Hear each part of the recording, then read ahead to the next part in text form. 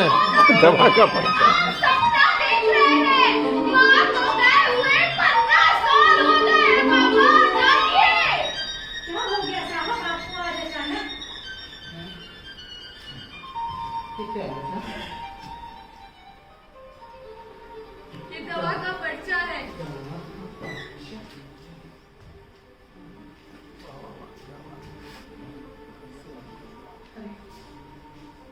बेटा,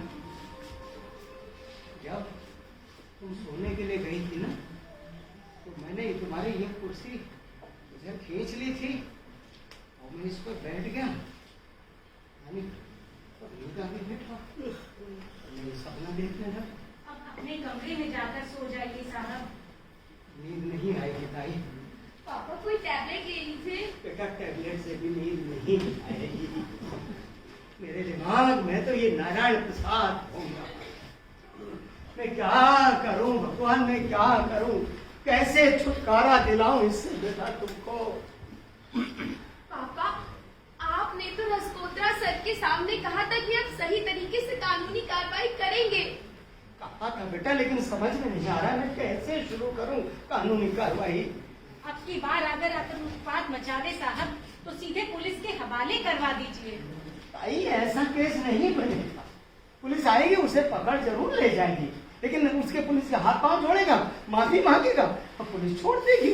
पापा, उसके अपराध के सारे ब्यौरे पुलिस के पास होंगे तो पुलिस उसे क्यों छोड़ेगी, उसे सीधे सजा करवाएगी। पापा देखिए, वो 7 साल तक मेरे जीवन को नर्क बनाए रहा। अगर तभी हम लोग ये कदम उठाते, उसके खिलाफ केस करते, तो वो कब का जेल में सजा भोग रहा होता। पापा बेटा, उसको तो उसके घर वालों ने ही निकाल दिया था। मैं फिर उस सारी बातें मेरे दिमाग से उतर गई, वो तो गायब हो गया था ना। पापा, अगर तभी केस किया गया होता तो पुलिस उसे कब का पकड़ लेती और जेल में बंद कर देती। देखो बिटिया, भाग्य में जो लिखा होता है वो होके ही रहता है। होने को कौन टाल सकता है। ताई, मैं आगे की सोच रही हूँ, इसीलिए कह रही हूँ कि उसके ऊपर सीधे सीधे कानूनी कार्रवाई होनी चाहिए और कुछ नहीं। बेटा, कानूनी कार्रवाई करने के लिए मुजरिम का कुछ पता ठिकाना भी तो हो। उसको तो उसके घर वालों ने ही शहर से बाहर निकाल रखा था, पुलिस कहाँ ढूंढेगी उसको। पापा देखिए, हम लोग वकील से सलाह लेंगे तो वकील साहब हमें कुछ न कुछ जरूर बताएंगे, कोई ना कोई अच्छी सलाह वो हमें जरूर देंगे।